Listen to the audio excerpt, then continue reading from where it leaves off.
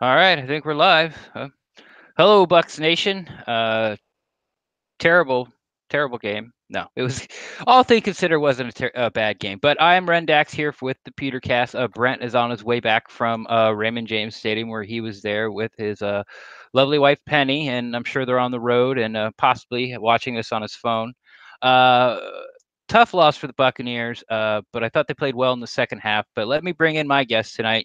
You know him from YouTube, Cory Draper of the Play Reaction. He does the best YouTube videos out there as far as production quality information out there on the web. So make sure you check him out.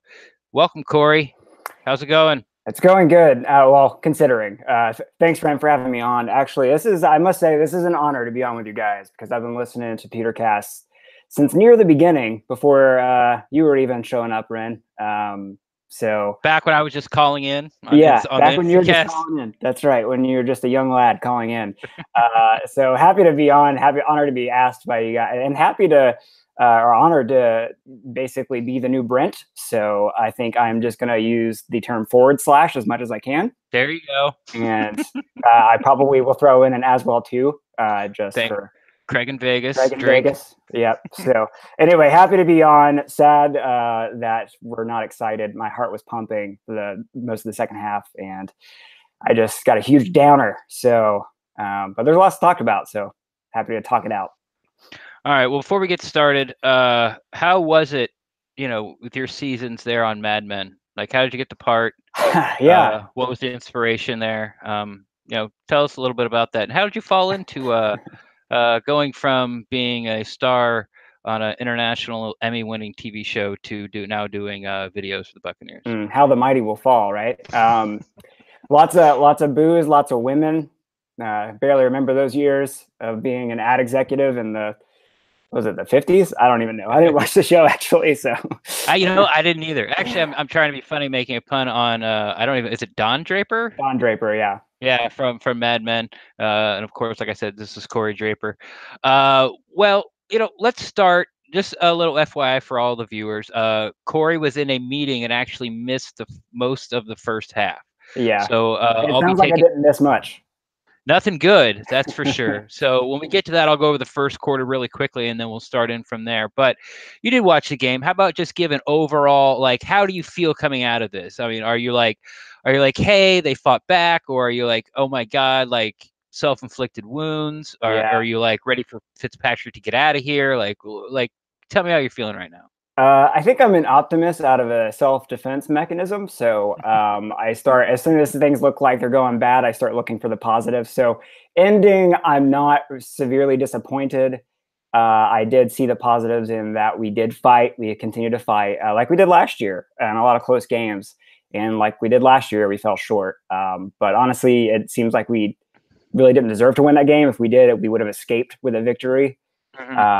So even, you can blame refs, you can blame this guy or that guy, but in the end, it was just sloppy football, even from when I started watching, which was late in the first half. Right. So to go over the first quarter, I'm right there with you. Like, I'm not a big guy that blames refs or calls or anything like that, even unless it's sort of like at the end of the game, because once you start doing that, I have a feeling you're a sci-fi fan. Is that fair to say? Vaguely. Okay, so you're not. I don't know. You have the sci-fi fan look. I don't know. Yeah, cool. I took a shot in the dark. But anyway, as soon as if that play changed or that call changed, like the second corner, it starts a new timeline. Oh, yeah. Like everything that happens after that would not have happened because it would have changed right there. So totally follow. Yeah, so you can't go back in the second quarter and be like, was it for that penalty or that sack or that hold or that drop? Like you just can't do that. So to fill you in, Cory, on the first quarter, the run game looked good again, and before I go on, I'm just going to get this out, and I want your thoughts on it too. Are you ready for the Bucs to quit giving the ball to Jacquizz Rodgers? I'm ready for them to keep passing it to him, and I'm ready for them to keep him in pass protection. Right. But I did not see him run very much when I started watching. So was he poor? No, he was what he was like the first week, and and he did show up a little bit in the second half in the passing game. He did get a big first down, but then he was stopped short. on a Yeah. big first down. They end up going for it on fourth down. I think I would just rather see Peyton Barber and sort of Yep. those frustrations from 2 years ago when Doug Martin had the hot hand and they'd sit him for a series, Mm. in each half for, I guess it was Charles Sims back then, or Yep. maybe it was Jacquizz Rodgers back then too. I really don't remember. I'm ready for either Peyton Barber to tote the load, like Peyton Barber or Sean Wilson. Like, Mm. I mean, I get the pass. I don't know. I'm still up in the air on that, but just I'm tired of them handing the ball Yeah. to Jacquizz Well, Rodgers. the problem is that if you stop doing that, he becomes the new Charles Sims, right? So every time you see Quiz in the game, you're like, oh, it's a pass play. We don't want that. You got to have some. I don't mind that. I don't Yeah. care. Just execute. Who cares? That's fair It's enough. 3rd and 8. They're not running the Yeah. ball. Yeah. Like, so Fair enough. But I mean, you want to have every advantage you can. It's a game of inches. And I do agree with, you want to have some sort of, you got to keep him honest. And, and I'm not saying force Quiz the ball when he's not going to get it done, per se, but, well, maybe you have to if he's not getting it done. I definitely am not. He has not looked good at all this year. That's for sure. So. I don't mind him as a third down back, but I don't like how they're spelling Barber for a full series or a Right. couple of series during the game. If you want to bring him in on third down because, it's 3rd and long and you like his pass protection better than Barber's, which is really close right now. Like I saw Quiz miss a block that gave up a sack the first one. So anyway, back to the first quarter. The defense was keeping everything in front of them, and I know you missed it, but have you seen on Twitter what happened to Chris Conte? Yes, I actually just saw it right before we went on, and I'm sure that is just going to stay on fire for the rest of the week. Yeah, poor Chris Conte. I'm not even sure if that tight end was his guy.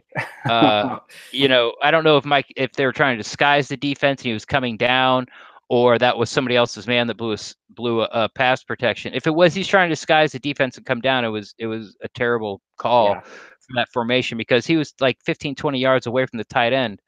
And then we all know what happened, and he actually injured his knee. And it might be the last. It all depends on Whitehead, but it might be the last we see Chris Conte, at least starting for the Buccaneers, because I think now that he re-aggravated it, the Bucs are going to give him a couple of weeks probably to try to heal up, and it just might be the Jordan Whitehead, Justin Evans show back there.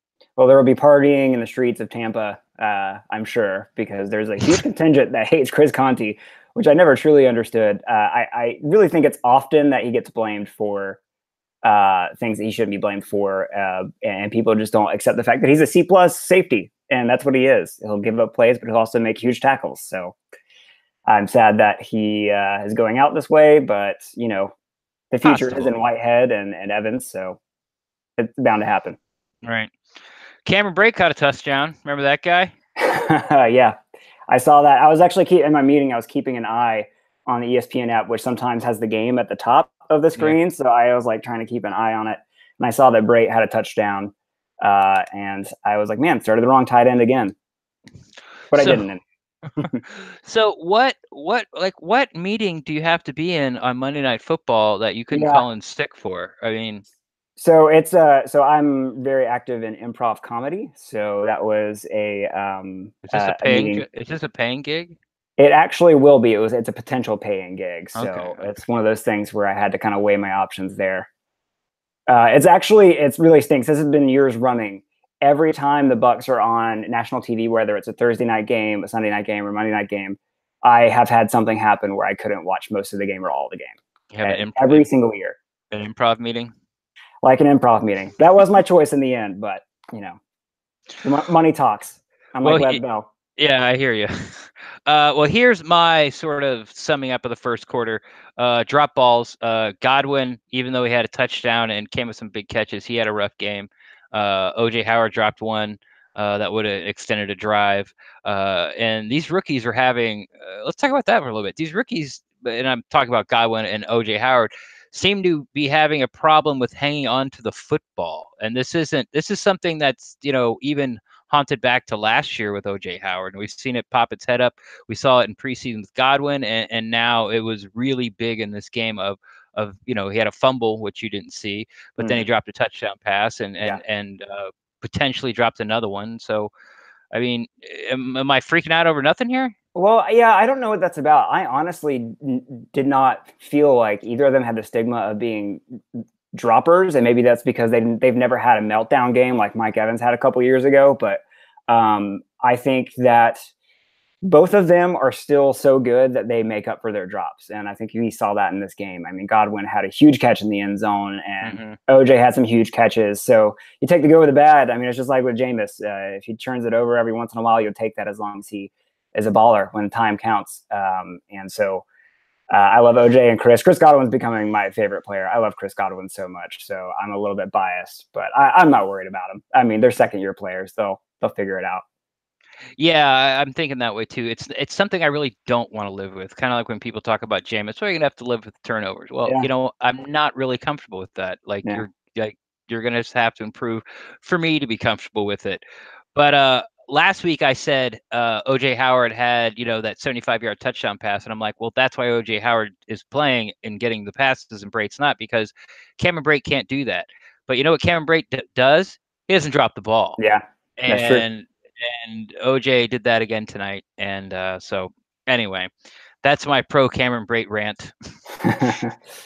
Yeah, he doesn't get separation and he usually gets tackled right away, but he doesn't drop the ball. And he went to Harvard. And he went to Harvard. Did you see? Oh, you didn't see it. That's right. Oh, no. So Fitzpatrick runs up, and this is for the YouTube viewers only. He runs up and does sort of this H. Okay. And runs right at Cam Brate, and Cam, I think you couldn't really tell from the camera, but it was definitely like, hey, look, Harvard to Harvard connection. I don't know if that's the symbol at Harvard, like they do in the stand or whatever on social media, but yeah, it's very close to the U. Yeah, so. Exactly. Like I'm gonna have to go back and look at it to get it down. Interesting. But the second quarter started, and this is what I have as far as an overall in the second quarter is the offense mistakes. And the defensive prevention sucks. The prevention D is terrible. Yeah. Oh man. But you came, like you said, you came in at the second quarter. Like what did you see at the end of the first half there? Well, yeah. I mean, the prevention defense. I mean, it's basically bend and then break instead of bend but don't break. Especially at the end of the game, because of that, the way the half ended. Actually, it's been like this every time this defense lets up and softens up. It's just easy passes over the middle, and then suddenly they're in the 10 zone. And of course, it's anybody's game at that point, and we're just not competing. We need some bigger guys. I don't know what's happening, but the first note I wrote when I first started watching, and that was the final 2 minutes, was both lines, offensive and defensive lines, were awful. I mean, gosh, the O-line was just, I mean, they looked like the offensive line of Jameis's rookie season. Or actually, no, the year before that when Glennon and McCown were in. I mean, they were just olaying, and the defense getting zero pressure. And that was horrifying me that was when I first walked in and saw what was happening. And they seemed to both figure it out by the end of the game, which I don't know what happened there. They just both woke up. But was that a theme for the rest of the first half where they both was that? I mean, I saw the score and I saw the turnovers. Was it because of the lines? Like what did you observe? Well, I actually wrote this down. It's they're making Fitz uncomfortable, and it shows. And then when you play a team like this is why you need Jameis at quarterback instead of Fitzpatrick. I had that thought because he can extend the plays, like and he's just a bigger guy, can sort of absorb those hits, and even though Fitzpatrick makes plays with his legs, he makes plays with his legs when the yardage is there. He doesn't really make plays with his legs in the pocket, which is something we see Jameis do. But then also on the flip side, when he tends to do that, it's actually, you know what, he does pretty well when he starts to scramble.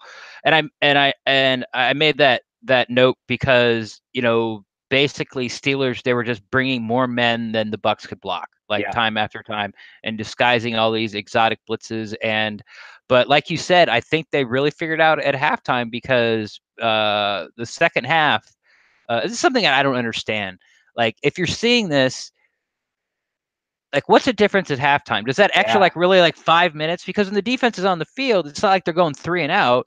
You have the time to talk to your offensive guys. Like, why does it take till halftime to figure it out? But they did, because Fitzpatrick had clean pockets, I would say 90-95% of the time in the second half. In the first half, he was, I wasn't sure he was going to make it through the game. Yeah, I actually texted my brother and my sister. My sister was at the game, and they were really down. I told them, even though, I mean, what was the score? 30-10 at that point at halftime. And I told them two things that you need to keep in mind. Number one, for whatever reason, the Bucs just clamped down in the second half, mostly the third quarter, on defense, and they somehow figure things out.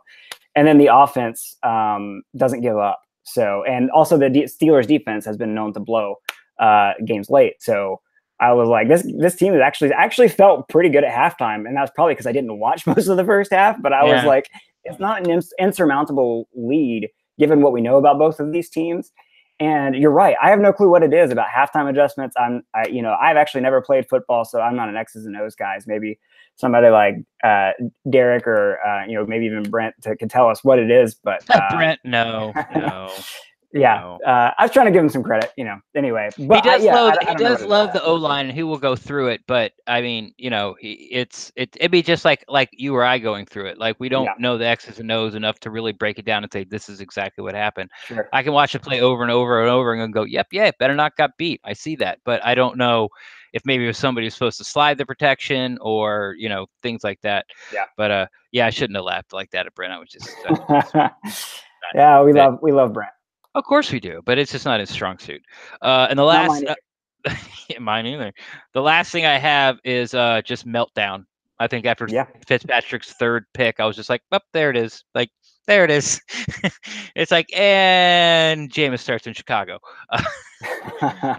But then, of course, my tune changed after halftime and through the third quarter. And this is when we started the comeback, started to get the clean pockets. The offense quit shooting themselves in the foot. I think I read a tweet from Greg Allman that the Bucs had like 273 yards in offense and 100, and the Steelers had 115 yards in penalties, and they're losing by 27. It's like, what is going, like, how did that happen? It just, anyway, it was a lot of stuff in the red zone. They got to get 6. Well, do you think, and this maybe just come from also me not watching that first half, do you think that because the Steelers constantly had a short field because of the turnovers, that the defense was in a different kind of, like they were out on the field for so long and giving up, big plays or whatever because they were so dejected by the turnovers and the position the offense was putting them into? Or do you feel like it was kind of both offense and defense were struggling? The offense wasn't struggling. They were shooting themselves in the foot. They would drive. It would be like an interception or a fumble by Godwin. I mean, Fitzpatrick had 2 really bad interceptions. One was a tip pass that doesn't really count in my book. One, he overthrew Mike Evans, and I know Witten in the booth was like, it's like, oh, Mike stopped. If he would have kept running, he would have had it. No, I mean, he sailed that thing. And then the one that we were like on our own, inside our own 5, and he just threw it to the linebacker, just overthrew Rodgers by a lot. Like if Rodgers was standing on Rodgers' shoulders, he still might not have caught it. I know that only adds up to like 6'3", but still, it was a bad throw, and it hit the guy linebacker right in the chest, like at the 10-yard line, just walked into the end zone. So I'm not blaming the defense for the score. If you take away the defensive touchdown, they only gave up 23 points to the second most powerful offense in the league, and then there was 4 turnovers. So I'm not, they weren't even on the field for one of the touchdowns. So I'm not blaming the defense. I'll get to the very end when in the fourth quarter, when sort of the game was on the line, what I think about the defense, and I understand what the coaching staff keeps doing. But for the third quarter, I got Godwin has the dropsies. That's where he dropped the touchdown and then dropped it on the goal line for a possible other touchdown. And then I was like, what happened to the tight end? Because they were using O.J. Howard and Cam Brate so great in the first half, especially the first quarter. And then the third quarter, it just went away. But then I go back and think about it. Well, they only had one possession. Like the third quarter blew by. Each team only had one possession. Like we drove down, kicked a field goal. They drove down, missed a field goal. We had the ball for 2 plays, and it was the fourth quarter. It was just, it was neither defense could really get off the field. So I'm not sure that's fair. But I'm going to go ahead and jump to the end of the game because here we are in the fourth quarter. Fitzmagic rises from the dead. Yeah. But why does this coaching staff think the defense can get a 3 and out? I was like, it's 4th and 10. I'm like, I don't care. I don't care where you are. Like, if you don't make it, you're not going to win any. Okay, you don't make it. well, game's over. Well, if you punt it, the game's over. Yeah. Everybody knows it.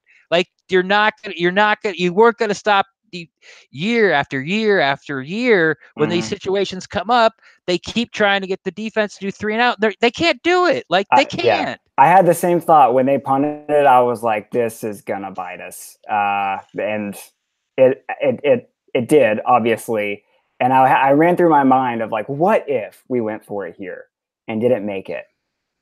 And then it's like, well, then okay, there's 2.5 minutes left. You're down by 3. Worst case scenario, they score quickly, and then you have more time again to start over. I mean, obviously, you're put backing yourself in the corner by letting them score, but maybe you hold them to a field goal and then they kick it off and you can win by a touchdown. Like that's something that was going through my mind. I thought it was possible they might do, and then I saw the punter running Yeah. out. And then the fact that we couldn't get a stop when you know they're running the ball is just the most frustrating thing. That's one of my biggest pet peeves in football is when you can't stop the run when a team is running out the clock. Yeah. When they know, because other teams, we've seen the other teams do this to us in the first 2 weeks and sort of get back Yeah. in the game when they're running like the 4-minute offense, or it's like 8 minutes to go in the fourth quarter, and we're like, okay, we're just going to run the ball because we have a 2-touchdown or 2-score lead, and we're just going to try to run the clock out. And they stuff Peyton Barber, and they stuff Peyton Barber, and they stuff Peyton Barber. Yes. Yeah. And then when it's our turn, it's like, oh no, you run for 30 yards around the end. Right. You know? I don't get it. I really don't. And I mean about that 4 and out or the 3 and out that ended up in a punt with Fitz. It seemed like Fitz magic then reverted, and I mean he threw 2 almost picks. Like Yeah. that he almost ended the game twice. I feel like, and that one as soon as that happened, I was like, oh, nothing's happening, and it almost made me think like if Jameis was in here, like this seems to be when he turns it on. Right. When Jameis just lights up and he lives for these moments, and we've seen it time and time again where he would lead this team, especially last year. He would lead this team to the end zone, and we'd score, and then the defense would give it up again. Right. Like he actually had a lot of comebacks for us last year that just didn't pan out because the defense was so bad. And then seeing Fitzpatrick be so bad right there, it made me wonder, like, man, if Jameis was in there, I wonder if things would be different. I know some of the defensive apologists, I call them out there on Twitter. They're gonna say, well, there's only 2 games where Jameis gave us the lead and the defense gave it up, which is true. But also, what happened a lot last year and pretty much in Jameis's career, when the Bucs have been down like 10, Mm-hmm. and he gets it back within a score, either a Right. touchdown or a field goal, the defense would just let the team go down and score right back. That's Mm-hmm. and it's like, okay, we got a chance. Just get us the ball back, and maybe we can win this thing. And they let them go down and score. I mean, they're trying to stop them, but they just can't. I did a whole video on this, like every ridiculous game we had that we were in and shouldn't have been in, and things didn't come up usually because of the defense or something crazy happened. So I do think Jameis is like, this is why we have Jameis, is for these moments. Not to say that Fitz isn't capable of a fourth quarter comeback, but that is what I'm missing from Jameis most of all, and it'll be interesting to see when he comes back. It's hard to minus that last drive, but it's hard to say that Fitz isn't capable of a fourth quarter comeback since we just he did his best. He's capable. Yeah, he's absolutely capable. But it's like one of those things where there's some players who live for it, and I feel like Jameis does. Now, sometimes Jameis will throw a pick trying to force things, but I feel like more often than not, he at least drives the field. So anyway, all we needed was a field goal too. Man, that was so frustrating. Anyway. And sort of to play off that and talk about what's going to inevitably be talked about from now until we figure out who's actually starting the Chicago game. You have this sort of like, the one caveat that makes this difference is we haven't seen Jameis this year. Yeah. It's not like last year where Jameis played like a couple of games, got hurt, and then Fitzpatrick goes on this magical run. And then it's like, okay, Jameis, let's just, now you're better. Wait, sit the bench. We haven't seen Jameis. Like, it's not too far out of the question to think that Jameis could have these same type numbers with the same record that Fitzpatrick has put up. So I think that's just something people have to think about when, either they want to ship Jameis out of town, or they think, Fitzpatrick should start the rest of the year, or, that these numbers that Fitzpatrick are doing, which are record breaking. I saw at the end of the game, it's the first time ever a quarterback has thrown for 400 yards 3 games in a row. So, it's sort of hard to beat that. You look at the other side, you're like, well, why would you take that guy out? And you're like, yeah, you're right. Why would I take that guy out? Oh yeah, 3 interceptions. That's why. But well, and the reason he threw for 400 yards this game was because he had to throw, starting with the second half. So, I mean, yeah, Jameis inflated numbers. Right. Yeah. I mean, it's, I said this in a video too, that like, the difference in this offense, obviously you have to give Fitzpatrick as much credit. I mean, he deserves so much credit. And all you can do is just play the what if game with Jameis. But what we do know is that in the preseason, all 3 quarterbacks looked good in this offense. Whether or not they're going against 1s or 2s, it didn't seem to matter. Especially for Jameis, even when he was going against 1s, he still looked like he was taking another step as a quarterback. So that gives me hope for when Jameis returns. And I do have an inkling that when he does, that we won't really lose a step. Now, there is an argument that, I mean, again, this is playing the what if game, but Jameis does have the propensity to turn the ball over. And I don't know if he'll ever shake that. So who's to say in those first 2 games, he doesn't throw a pick in a clutch situation or a time or a pick 6 at one point, whereas Ryan Fitzpatrick was a little bit more safe with the ball or a little bit more accurate with the ball. So you could go back and forth on that, especially once teams started to come back like the Saints, the ability to keep throwing the deep ball as well as Fitzpatrick did. We haven't really seen that from Jameis yet. So this is true. That's a good point. A couple of things I have here in the fourth quarter. Deshaun Jackson is still fast. Yeah, man, that punt return. It all kind of worked out, I guess. I mean, all it did really is eat up a little more clock. We ended up scoring a touchdown anyway. But what I like to see about what I would like to talk about on that play, I also want to go back to, I think it was the Saints game where Donovan Smith was called for that push in the back on that Humphreys bubble screen. Yeah, I think right before halftime, and we could have gone in and it probably added at least another field goal. And then this penalty on Isaiah Johnson, like both of them by the letter of the law were penalties. But they're penalties that you never ever see called. It definitely. They don't call those penalties in the NFL. They don't. Yeah, it definitely seemed like, and we jump back to saying you don't want to blame the refs. This is the thing, you cannot deny how many penalties were called in this game, and when that happens, when it's inflated for both teams like this, it does seem like it's a crew that wants to see themselves on TV. I mean, I've used that hyperbolically, but like it's a crew that is really just calling everything.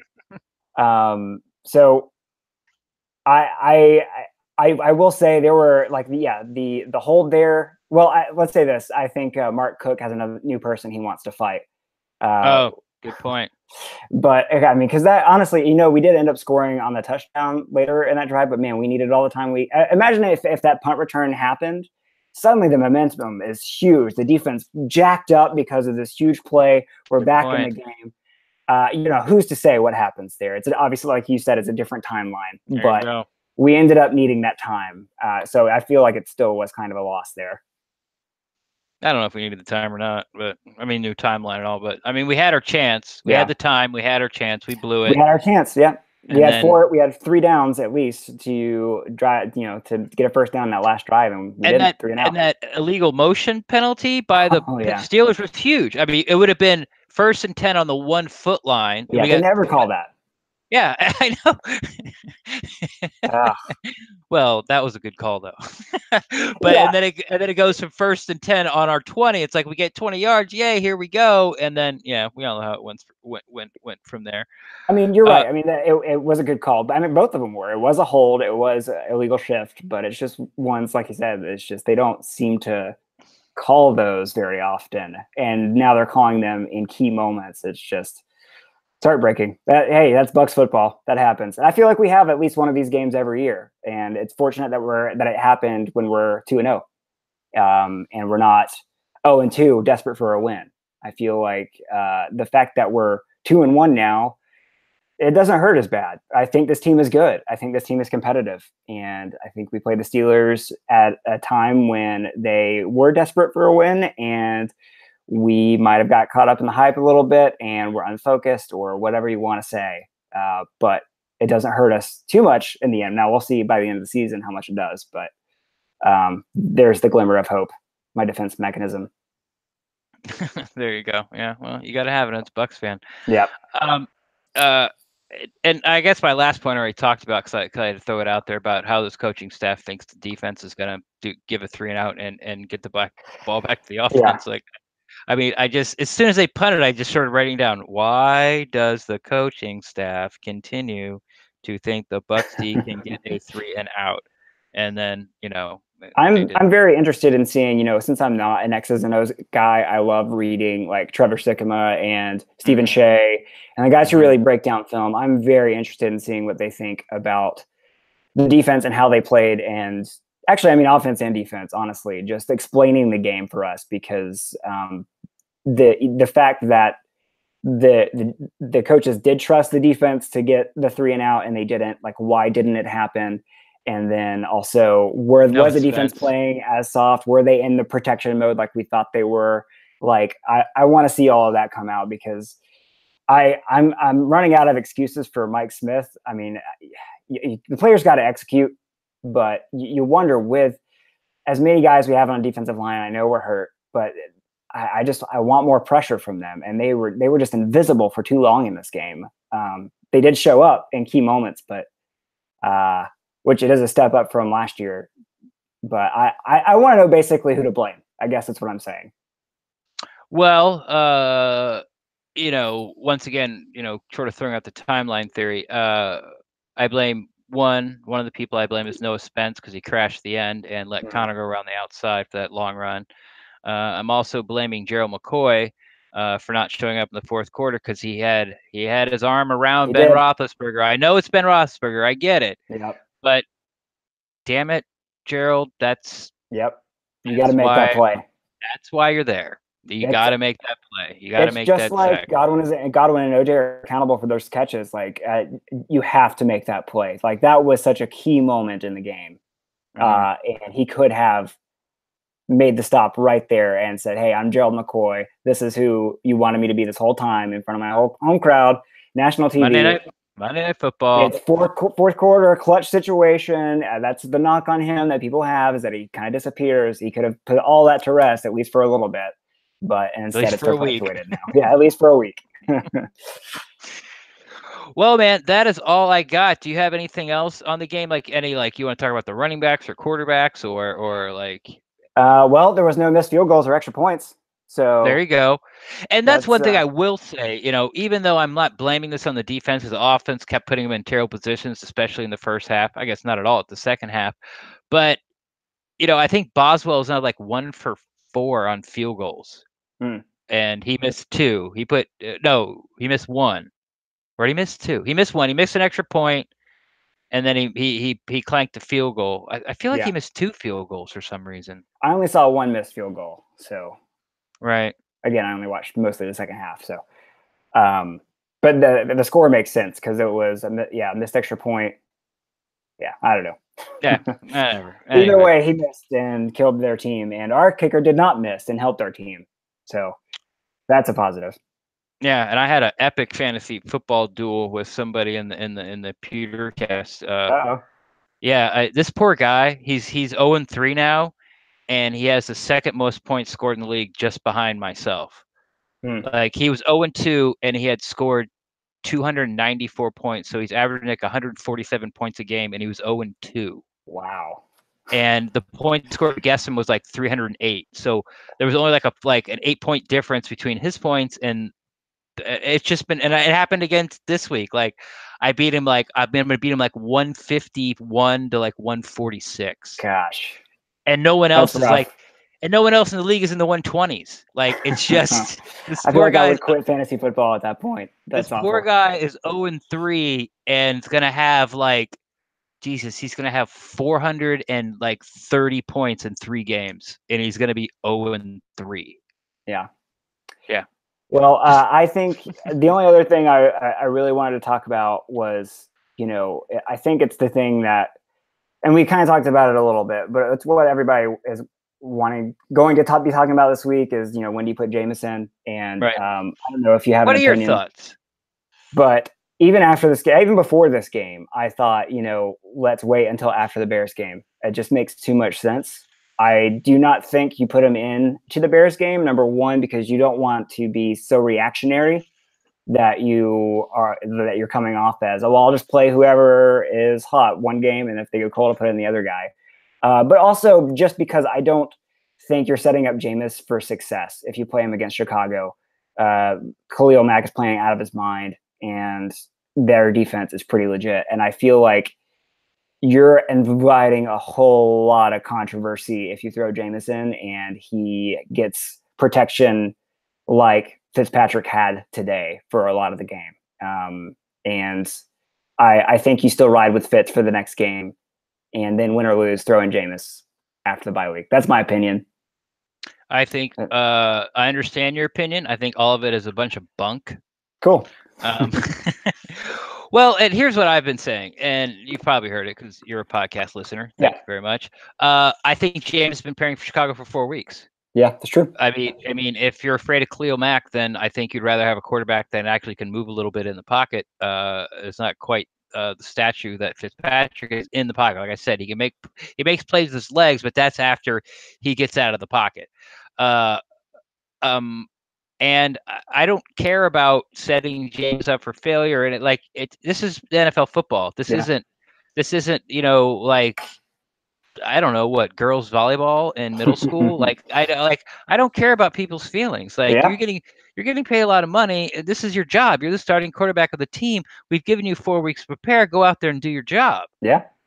And the short week thing's a bunch of crap. It's because, okay, but they're just not going to get a day off. Yeah. That's the only problem. There's still the same amount of practices. Yeah, he's as rested as he'll ever be. Yeah.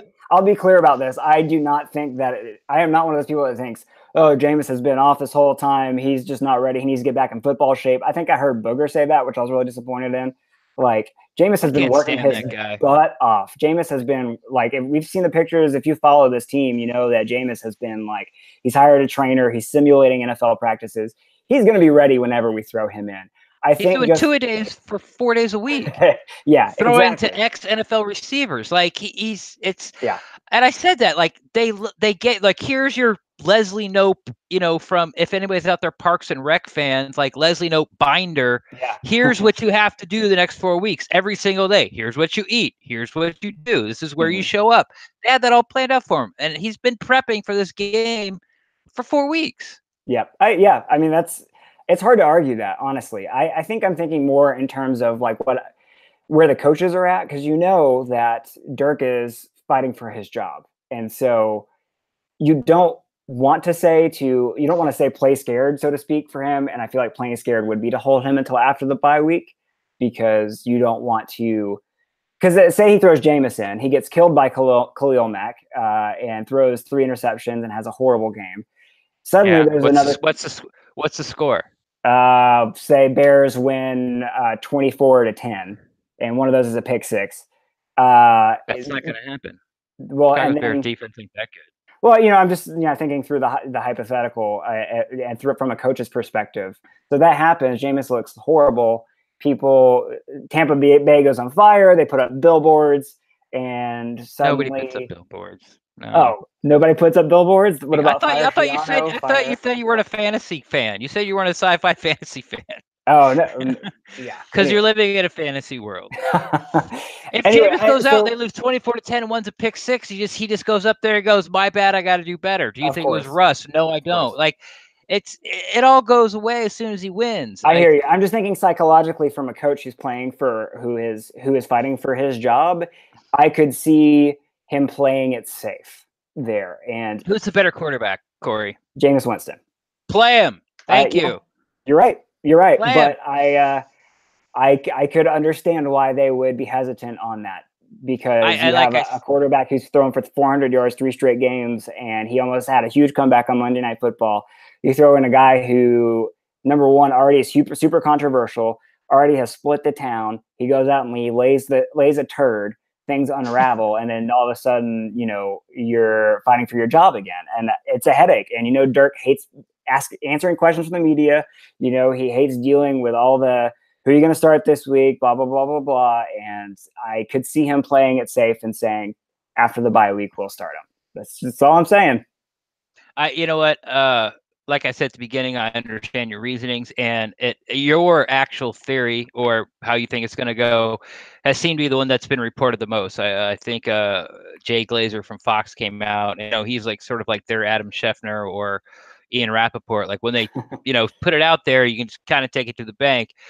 And he said that, you know, the Buccaneers as an organization basically have decided to go with Fitzpatrick with the Chicago game, unless there was this huge meltdown, which there was for one half of play. There was, but he, you know, he redeemed himself. So I'm still sticking with what I think should happen. But if I had to put money on it, I would bet that Winston wouldn't come back till after Chicago game. And then after Chicago game, what if Patrick throws for, you know, 350 yards and 3 TDs and no picks, and they win in Chicago against a really good defense, like yeah.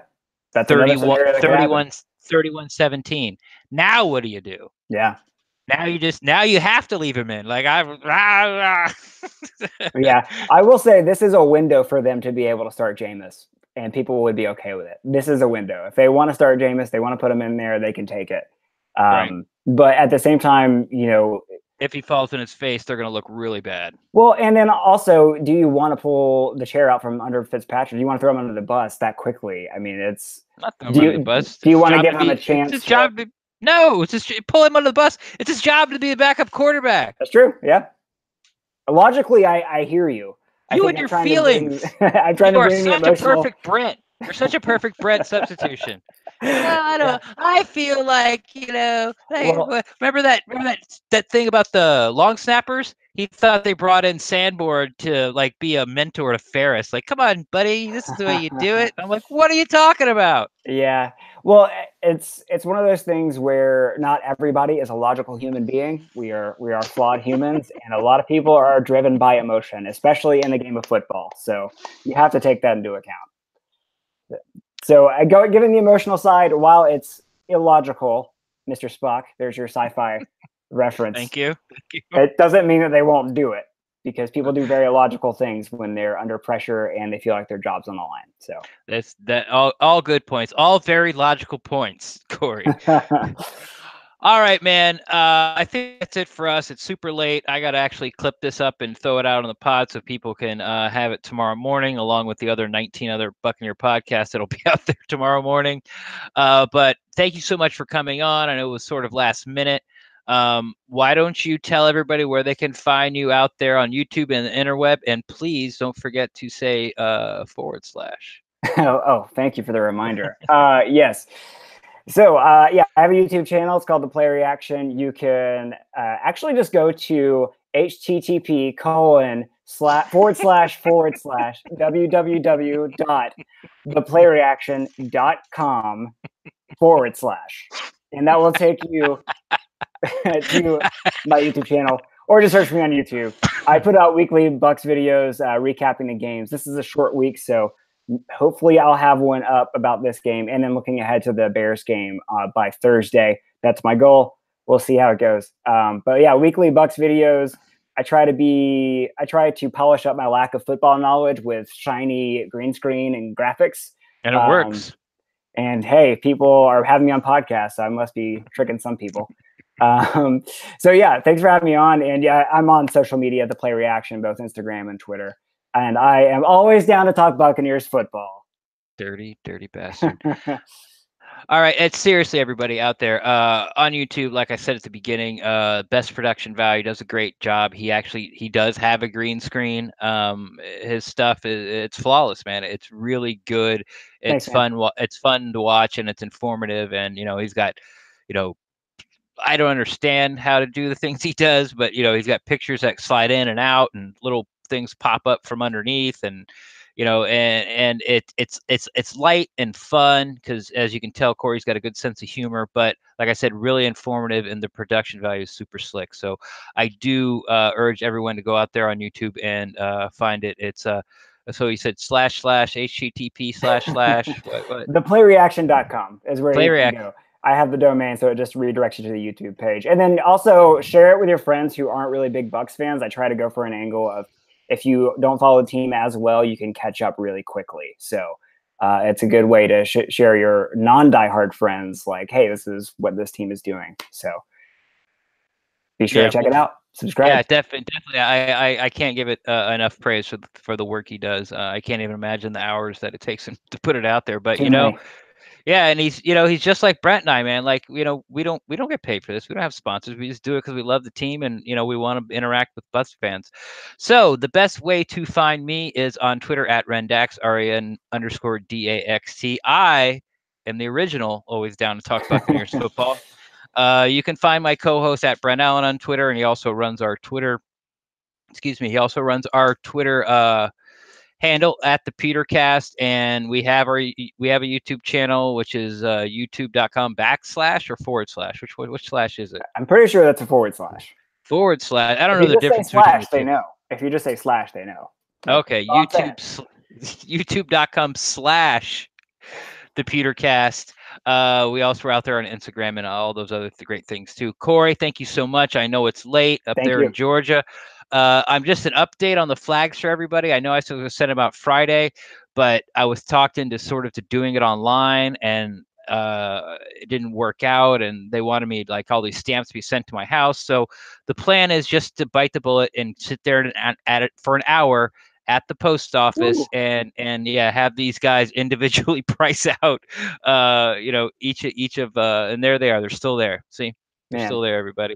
Individually price out all those envelopes, and so they'll be coming to you soon. I'm hoping they get to you before the Chicago game, but no promises. Lots of crazy stuff going on. There's people in town, and I don't have cars, and lots of stuff going on, but everything's still coming. Everyone that donated on Venmo, thank you very much. I think we're up to like $140, so it's going to cover about half the cost, which is greatly appreciated.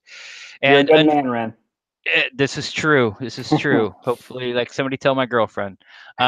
So until next time, for me, for Cory, tough loss, but I'm really proud of how they played in the second half. And I think, all NFL teams should be put on notice that this this is not, this is not the Buffalo Bills or put in any team there that you think you have penciled in a win. This is going to be a fun season, guys. So until next time, I'm going to do Brent. Go Bucs. You want to join me on that? You want to join me on that? Go Bucs. Wait, same time. Ready? Okay. Until next time, go Bucs. Buccaneers. Oh, sorry. I don't like it. Yeah, good one. Bye.